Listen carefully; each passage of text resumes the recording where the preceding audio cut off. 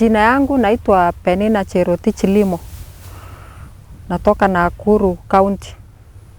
Lakini hapa shamba penye iko ni na Baringo County, ni mpaka ya Nakuru na Baringo hii shamba. Sasa hapo awali maisha ilikuwa afadhali kidogo. Ulikuwa ukipanda eka moja unapata mahindi kama gunia 20 na inaiva. Tulikuwa tunaanza kupanda mwezi wa 3. Tarehe 15 mvua inaanza, tunaanza mwezi wa 3. Mwezi wa 4 tunapalilia. Lakini unaona wakati huu mvua inaanza, saa zile tungekuwa tunapalilia. Nikapata hiyo shida. Nikaenda hasara ya milioni 6. Saizi banki inanifuata nalipa na sijui nitalipa aje. Uliweka security nyumba, penye una resident, penye unakaa nyumba, gari yenye uko naye, plots yenye ziko town kama security. Lakini haikurudisha. Sasa unalipa hewa. Ndio unaona wakulima saa hii ukituona hivi tuko na stress, hata ugonjwa karibu inimalize. 6 million si pesa kidogo na bado interest. Hii mwaka dalili umeona, hata nimekuambia siku ya leo ukiangalia hewa. Sisi wakulima tukiona hivi ikiwaka hivi, uoga tena inaingia. Tuko 50-50. Juu last year ilikuwa nil. Aya, mvua imechelewa, imefika na nguvu, imenyesha kubwa. Lakini unaona jua tena. Sasa tuko na hofu. Hata saa hizi nikileta trakta nikipanda, ni Mungu tu. Haujui. Sasa mwaka hiyo mwingine tulikuwa tumeingia kwa ukulima na ilitufaidisha sana. Ilikuwa inatujenga familia, tunapata chakula ya kukula, mpaka ya kuuza, unapata pesa, unasomesha watoto, unajenga familia. Hivyo ndio ilikuwa. Na tulikuwa na moral hata ya kukomboa mashamba mingi kuliko yenye uko naye, unaenda nje unatafuta shamba ingine. Maharagwe tulikuwa tunapata iko sawa. Lakini kuanzia last year 2021 tulingoja mvua, tulilima mapema, tunalimanga December, Januari. Tukalima Januari, tulingoja mvua hakuna. Kila kitu imekauka. Tukangoja mpaka mwezi wa last year ilinyesha mwezi wa 7. Mimi kama Penina, unaona hii shamba ni karibu ekari 40. Ni 40 acres. Inaenda mpaka huko mwisho huko chini. Nikakuja nikagawa nusu 2020. Nikaweka hii side penye unaona saa hii maharagwe. Ile side ya chini penye unaona nyasi nikaweka nyanya. Nikaenda loan bank. Wakanikopesha pesa. Nikalima nyanya hiyo last year mwezi wa 4. Kapanda nyanya na ni irrigation, ilikuwa irrigation juu mvua hakuna. Nikatoa maji mbali. Ni around 1.7 kilometers. Nikanunua ile pipes ile hii kubwa hii. Nika connect kutoka Molo River. Nikaanza kufanya irrigation, hakuna mvua. Ili ni cost pesa mingi, lakini ilikuwa afadhali siku hiyo fuel haikuwa imeongezwa, mafuta haikuwa imeenda juu. Nikangangana mwezi wa 7 mvua ikaingia. Ikaingia na force kubwa ya mawe. Sasa hiyo nyanya ilikuwa imeshika. Ikapiga mawe, ile mawe kubwa kubwa. Sasa zile inakaribia kuripe, ile kupiga ile dot ikaharibu market. Wanunuzi wakikuja wanaweka kando, ini bei ingine. Na ujue ni shamba eka 20. Kwa majina naitwa Chelimo Chepto. Hapa ni Kapkechu location, Muguyoni sub location, Muguyoni A. Hasa hapa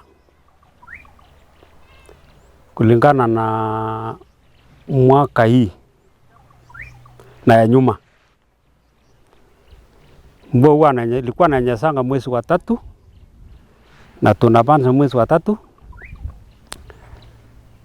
lakini mwaka 2 iliyopita mambo inabatilika. Kubatilika kwake ikawa jua zaidi.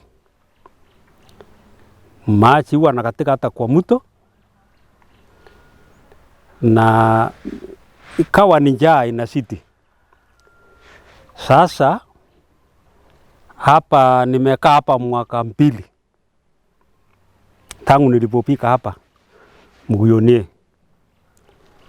Ilikuwa natoka Mchongoi, mahali nilikuwa naishi, na nimekaa huko miaka 15, na hata na huko ilikuwa ni island, lakini saa hii imekuwa desert. Hata hapa ni ya chambu, kwa sababu kama ingewezekana ipandwe miti kwa wingi hapa ingekuwa chambu, lakini kwa sababu watu yote wachachua sana mambo ya miti, anaona kupanda miti haina pesa, hakuna kitu mzuri, ni mbaya. Kwa sababu gani?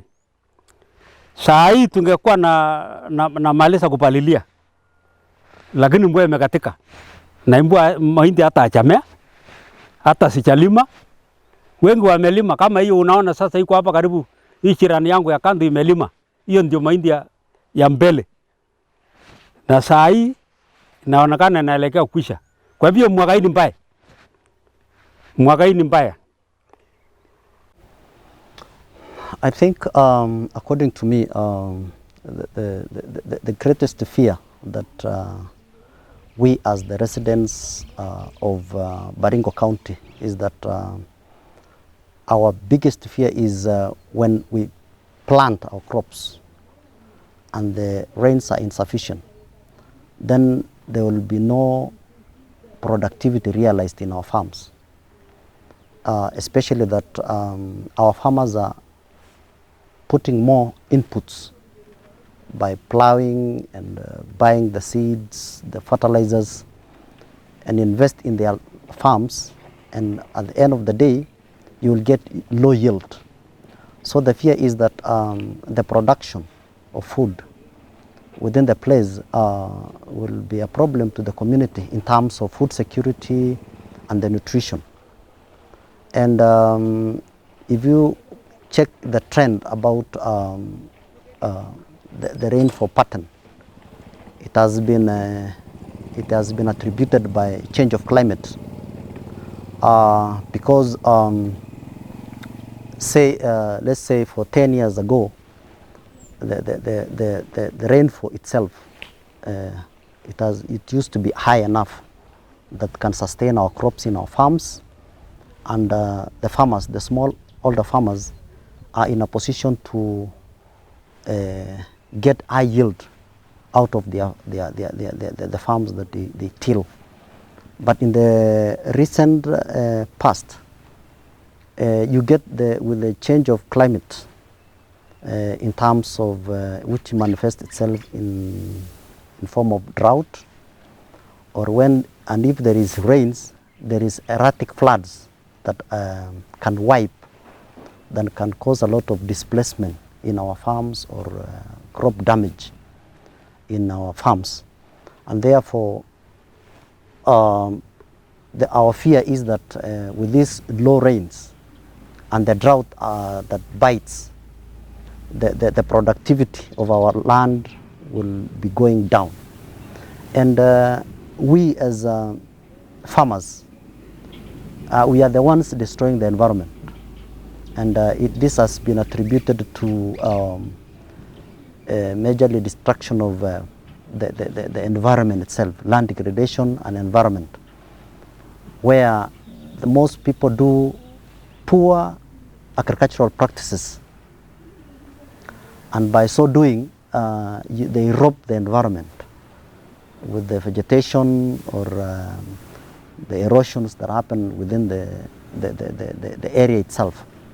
And secondly, with the destruction of the environment, most people around this place do charcoal burning, and that is another way of destroying the environment, which could have been the catchment areas where we can get the springs, or it can attract the rains so that it can support our farmers around. So with all this, it has attributed to the change of climate, especially in this region where people do, they're mostly pastoral and agro-pastoral communities, you'll find them putting more herds, overstocking of animals, be it large or small ruminating animals that can wipe the environment. And by so doing, it reduces the productivity of the land itself.